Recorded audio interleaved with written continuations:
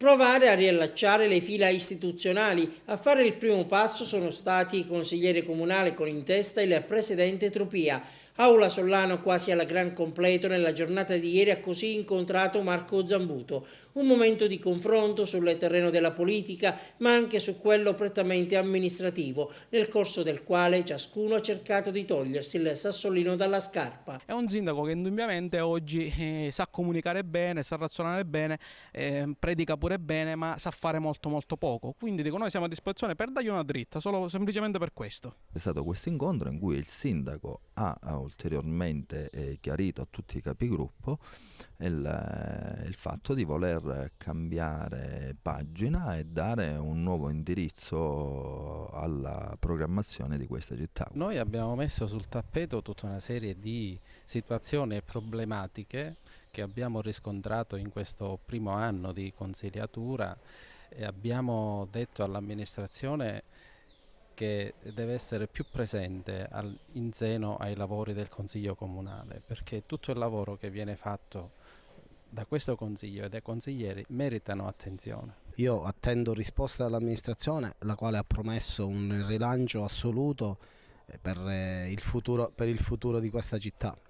Noi siamo stati così bravi e così solerti nel collaborare all'amministrazione, ma con l'impegno assoluto che se l'amministrazione non avesse provveduto con il nuovo bilancio a cambiare pagina, io per primo, e la promessa è sempre esistente, avrei chiesto le dimissioni del sindaco e avrei posto le mie sul tavolo. C'è la disponibilità del Consiglio Comunale a collaborare con l'amministrazione, ma ci vuole una nuova fase di rilancio per la città.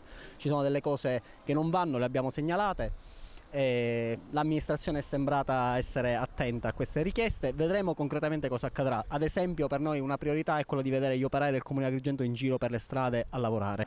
E al centro dell'incontro anche l'ormai concreta possibilità che il Comune ottenga dalla Cassa Depositi e Prestiti un mutuo di 16 milioni di euro, somma che servirà per azzerare i debiti pregressi di Palazzo dei Giganti. Giorno 15 attendiamo l'ok da parte ufficiale, da parte della Cassa Depositi e Prestiti, che anche quantificherà l'importo che ci concederà. Questo dato significa chiudere una fase storica della nostra città nella quale questa amministrazione in questi anni ha pagato i conti del passato. Assenti all'incontro, forse non a caso, i capigruppo del PDL, del PD, dell'MPA e del Patto per il Territorio, cioè proprio quelli che appena qualche giorno fa erano tornati alla carica, chiedendo le dimissioni di Zambuto. Ma è una sparuta minoranza, devo dire.